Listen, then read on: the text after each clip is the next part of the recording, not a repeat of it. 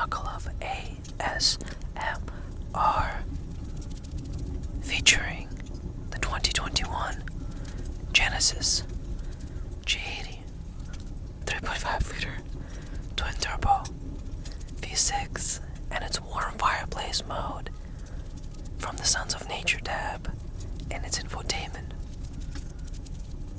Welcome back.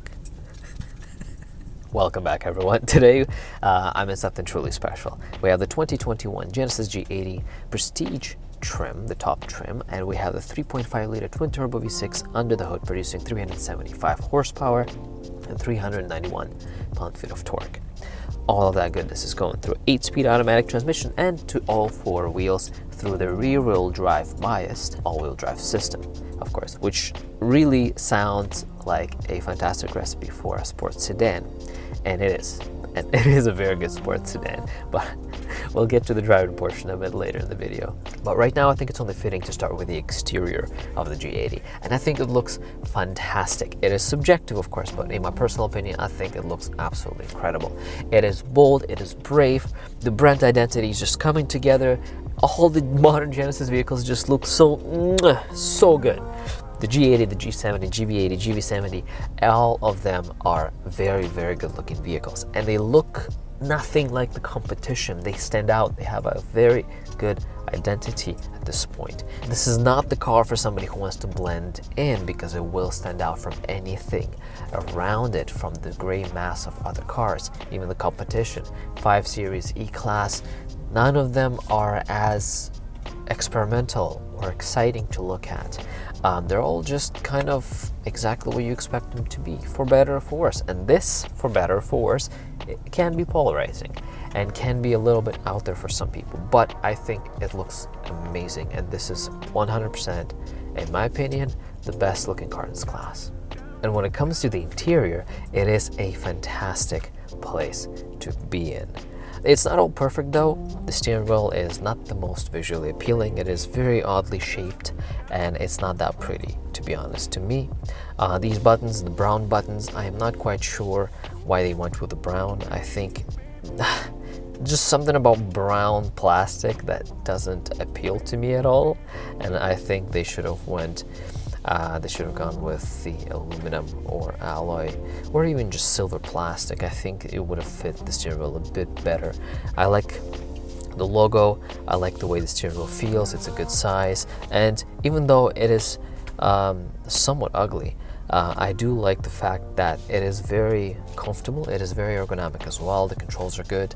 The controls are very logical and very pleasant to interact with on a daily basis. We also have these 2 bars down below, and I truly enjoy especially when you're just relaxing and you're driving on longer trips. I truly enjoy just putting my hands down here or down here. There's a lot of ways to interact with the steering wheel. I'm also not particularly sold on the color of the leather. It looks good in isolation, but my mind goes straight to a rich cowboy's boot, leather boot. When I look at these seats, and it is a very nice interior and it looks fantastic. Everything feels good. The leather is just so soft and so pleasant to touch. And look at the amount of wood that we have here in the interior as well. We do have this giant piece of wood, no pun intended, that stretches from the digital gauge cluster and all the way across the cabin. It's not particularly an insert in the dashboard. It looks like it is an integral part of the dashboard. The top portion of this wood is actually the bottom border of the vent, of the HVAC vent. We have the hazard button integrated right in the middle into the wood. We have the engine start-stop button integrated into the wood. It is not an afterthought. The attention to detail is fantastic in this car. I love these lines on the door as well.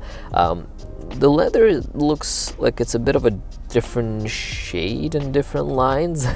I don't know, maybe they use different parts of the cow at the time. And to offset the wood and the cowboy boot leather, we do have this beautiful cluster of buttons and HVAC controls. We have all the buttons you'll ever need right here. We have the nav button, which I don't know why there's 2 buttons for it. there are a lot of bird watchers here in this location. This is the second car that came to watch the geese and count the geese. I didn't know people did that, but I guess you can count the geese. There's a whole bunch of geese in that field right there just behind me. I wonder if Mark and Jack are there too, but regardless, I do find it quite comical. They're literally being spied on right now by a couple of old men with binoculars. But let's get back to the interior. I love how there's a line of buttons for most of the things you'll ever need. We have the setup button, which will take you to the settings of the car, so you don't actually have to fumble with the rotating dial to get to it through the screen, especially when you can't really reach it sometimes. And we have the, I guess what I call the bookmark button. It's marked as a star and it is customizable, so you can actually choose whatever you want. I customized it to take me straight to Android Auto, and it is a very, very convenient feature.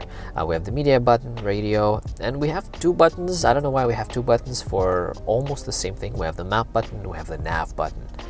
But nevertheless, we have two of them. But what I love most is that we have these two rotating dials on the sides of the screen, and you don't actually have to look down at the screen and choose different directions necessarily or increase the temperature. It really is as simple as just looking ahead onto the road and not even looking down, just rotating the knob to increase the temperature. And lower here, we do have wireless charger. We do have wired Android Auto and Apple CarPlay, which is kind of disappointing, especially at this price point. I really expected wireless Apple CarPlay, but no, we only have wired Android Auto and wired Apple CarPlay. But we do have a wireless charger nonetheless. If we look a little further down, we do have two cup holders here. We have the rotating dial to interact with the infotainment system, of course. We have the volume knob, tuning knob, a couple more buttons, and we do have the gear selector. So the gear selector is actually a fat dial that if you rotate it all the way to the right, it will take you into drive, all the way to the left, it'll take you into reverse, and one little turn to the right or to the left, depending on whether you're in reverse or drive, it will take you into neutral. And then the P button in the middle of the dial will take you straight to park. I don't have to take my eyes off the road, and it's very quick to figure out, and it works very well. And I think I like it because it frees up a lot of the space in the center console as well. Whereas the gear lever would have taken all of the space. There would be no rotating dial, no volume up. All of this would be taken up by the gear selector itself. So this is a fantastic solution, I think. And everything is wrapped in this beautiful wood. The wood is everywhere, and I can't get enough of it. Now the gauge cluster is completely digital, and I love how it changes with the driving modes. In comfort, it looks more of like an old clock, more of a Rolls-Royce type of look. And then when we go into sport, it goes full metal, and the hands look like a Sith's lightsaber. You can see they're flaming. If you look really closely, like you can see that they're so flaming hot and they're ready for action. And then when you go into Eco, it's a bit more digital. Kind of reminds me of a Ford dial. And in the middle, you will be able to see all of the important information like the attention levels and the gas, the fuel economy, and the digital speedometer, which is my favorite. And as I've already mentioned, we have a lot of tech in this car. We have all sorts of rear cross traffic alerts and lane keep assists and collision prevention, etc, etc, etc, etc. Honestly, the tech itself could be a whole separate video for the G80. But what happened was today is, now that it's snowing, properly snowing, really the first real snowfall of this winter in Toronto, and the front radar got blocked by the snow, expectedly, and the technology sort of went a little bit haywire. There's a lot of messages, couple messages. One of them is check lane change assist function. I'm not sure how to check it. How do I check it? Like, I changed lanes when I was driving and I didn't do anything, and like what's there to check? How do I check it? But nevertheless, it wants me to check it. And also the collision mitigation braking system, or the Genesis's version of it, was it basically turned off because the radar was blocked, so it couldn't see anything. And what else happened today? Because the G80 has a lot of sensors all around, we have the 360 camera. It is an absolute breeze to park, by the way. We have so many sensors all around. We have the full 360 video view up top, and you can even rotate it and just go all the way around the camera, all the way around the car. We have the front camera up front as well.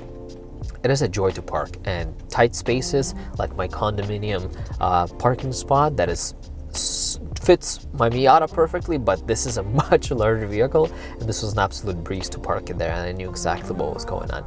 It would be pretty difficult to scratch it or crash it or scrape something in a tight parking spot because of how much you can see, and because the car oftentimes will stop itself before it can actually hit something.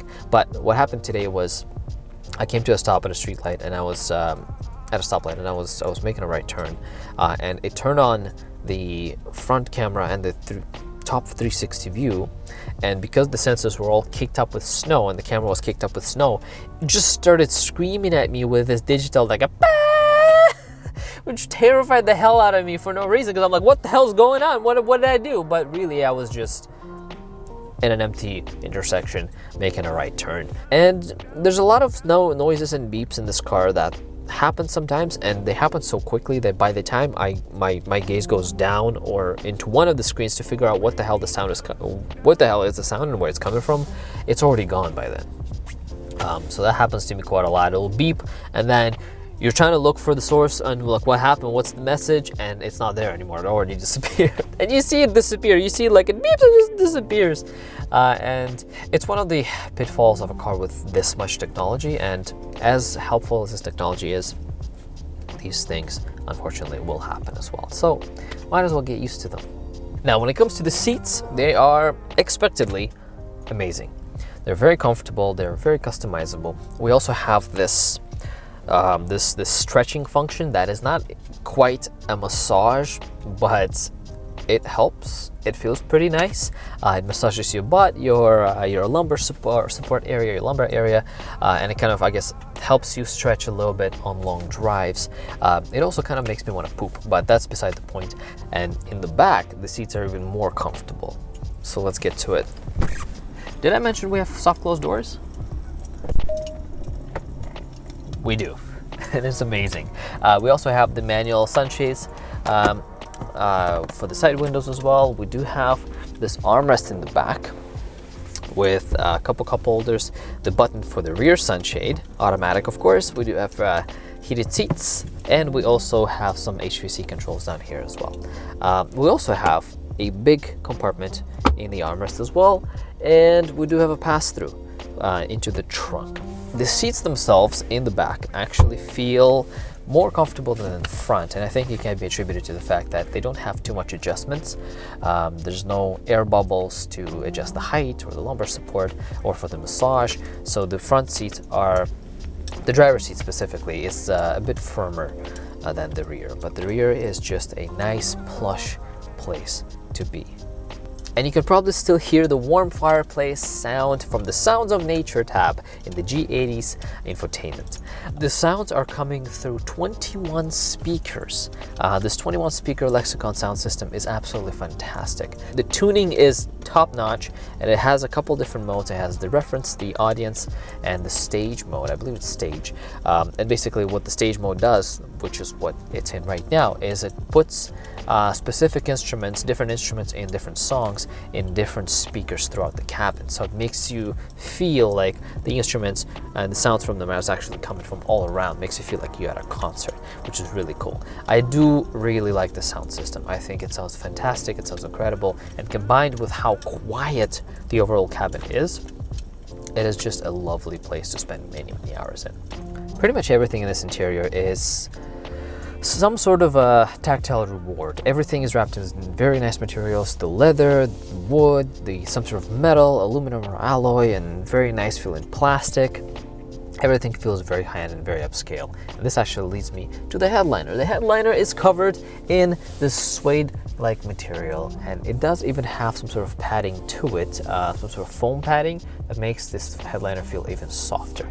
And in the headliner, we do have a cluster of buttons. Of course, we have our lights here. And what I wanted to point out, which there's a couple of buttons that can lead you to a ooh type of moment, and it happened to me. There's a tow truck button and there's this SOS button, and they are in a cluster with the light buttons, and they're kind of too close to everything else, unfortunately. and I accidentally naturally pressed the tow truck button, and it started calling the Genesis roadside assistance right away. So that was a bit anticlimactic, and I wish they separated the buttons a bit more. Maybe there could be a cover of some sort, but yeah, just very important to remember not to press them accidentally. Oh, and in the back, all the way, we do have a large trunk. But I think the fact that it's a sedan trunk is kind of a missed opportunity. When you look at the profile view of the G80, you can see that it already has the profile and the body lines of a Sportback. And I don't think it would be too difficult to make it a Sportback because it already has the proportions. It already has the right body lines. So I think it's kind of a missed opportunity there. This would be an even more practical car if it was a Sportback, an even better car if it was a Sportback. But the driving experience is where the G80 truly shines. Let's put it in drive. I turned off the traction control and stability control, and the collision mitigation system is off because I think there's too much snow on the radar up front. And we do have winter tires, as you already noticed, and these Braylon wheels actually look fantastic. There's just something about a big body sedan with 20-inch wheels. Love it, love it. I'll always have a soft spot for my big body sedans on some cool wheels. But before we get any further, I do want to give you a full disclaimer. I have not driven the 5 Series, I have not driven the E-Class, which are the direct competition to the G80. So I will be reviewing the G80s somewhat in an isolation, right? The only competition that I have driven of the G80 is the Lexus ES350. Now, the ES350, does it really fare against the G80 too well? No, not really. The G80 is 10 to 15 grand more at a dealership, and it feels 10 to 15 grand more. The interior is just a step above. The technology is a huge step above. The driving experience is a huge upgrade from the ES350. The drivetrain, the engine, more power. It is a lot more engaging, a lot more exciting to drive. Is the ES350 still a fantastic car? Yes, it is absolutely excellent. But it is important to remember that the ES350 is noticeably cheaper. So if you are looking for a very good luxury sedan on a tighter budget than this, ES350 all the way. Not to mention regular gas, yada yada yada, fuel consumption and all that. It is definitely the budget option, and it will save you money over the G80 every single day. The G80 takes premium, and the fuel consumption has been as expected. 14 to 15 liters per 100 kilometers on these 20-inch wheels in winter. Yeah, over 100 bucks each gas tank. It's dreadful at the gas pump, but the driving experience does make up for it for sure. The engine is incredibly torquey. When you mash it from a standstill, it feels like you're flying, and it just hooks right in. It sort of falls apart above 100, 120, and when you're on the highway, it doesn't feel as fast and as powerful, and that's kind of unfortunate, but it is a very heavy car. Don't get me wrong, it's still a very capable highway cruiser, very capable, more capable than the ES350, but it's not as exciting as it is before 100 kilometers. But it does have a very fast steering ratio, and it's kind of a problem on the highway, I found, because I find myself needing the lane keep assist because of how much it changes direction. But the lane keep assist is actually very, very effective and works very well. And it's not too intrusive either, but it will keep you in the lane if it needs to. And now that I've been driving the G80 in the snow throughout the day, what I found was, on a good set of winter tires, this is an incredibly capable winter car. Traction control off, stability control off, it just hooks in. And when it does step out, which happens because it is a rear-wheel drive biased all-wheel drive system, so we do get more power to the rear than the front. So it does step out. You can absolutely have your slidey fun, donuts, whatever it is that you want to do. Don't commit any crimes, you know. Don't do drugs, kids, and don't commit any crimes. And don't tell me that I told you to do it. Don't do it. But if you choose to do it, G80 will happily do it with ease, especially in some loose snow. This is exactly what you want in a perfect winter car, I think. So I'm very happy that I got to test drive it and actually review it in the snow, in winter, because it's so important to people in Canada, right? But again, it gets even better on dry pavement, I promise you. And the ride quality is something of a common complaint, actually, when comparing to the competition. The G80 is very comfortable, but it is not quite as soft as you would expect it to. And I have a bit of an issue with it in comfort mode. It is very wallowy. It kind of just floats. Like you go over a bump and it just does a couple more of these. And I don't like that. It's still comfortable, but it kind of like, I don't know. It just feels like a couch on wheels in comfort mode. However, when you put it into sport mode, oh, the seat hugs you. I love it. The bolstering inflates and everything just gets so much sharper. The steering wheel gets heavier, the steering response gets sharper, the throttle response gets sharper. It is just a completely different animal from there on. And it is firmer, but it is not punishing whatsoever. Nothing about this car is punishing. Nothing about this car is uncomfortable. Nothing about it is inconvenient. Everything about the G80 is very nice. But it isn't as cushy as a luxury sedan could be, if that makes sense. One gripe I do have with the driving experience of the G80 though is the sound. The engine sound is, it's kind of strange. It's not the real sound. It is either artificial, pumped in sound, or somehow enhanced, but actually, I take that back. It doesn't feel real. It feels synthetic, and it feels like it's coming through the speakers. It doesn't feel like a natural V6, even twin turbo sound. And this is where the ES350 also wins without a doubt, is the engine sound. The ES350's V6 sounds absolutely fantastic. That V6, naturally aspirated V6 howl is a joyful symphony of automotive sounds. I absolutely love it. Whereas in here, it's fake, it's pumped in, it is not particularly enjoyable to listen to.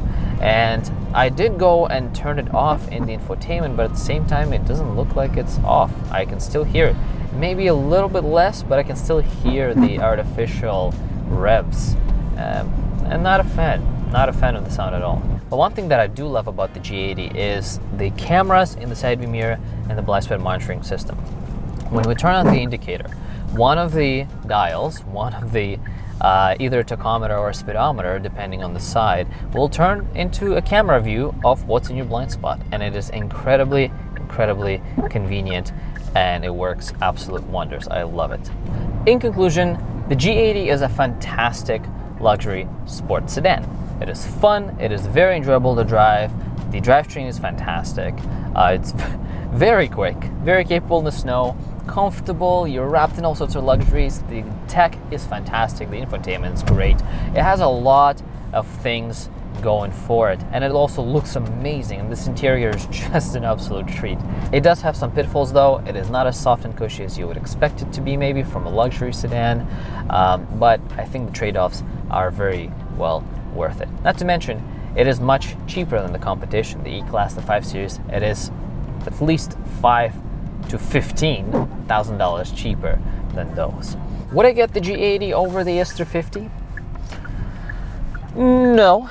The ES350 does 80% of luxury things just as well, or even better, as the G80, but it doesn't have the driving experience of the G80. However, you cannot beat the ES350 as a luxury bargain. It is an absolute luxury bargain. Even on the used market, the 2019 to 2020 ES350s with the F-Sport package, no accidents, 10 to 15,000 kilometers on them, they go for 40s. Like, they are in the 40s range. Canadian, you can get them under 50 grand, and they're barely used. And then again, they're as reliable as they come. So as far as the bargain, luxury bargain, 100%. This, I would have to make a little bit more a year for a G80.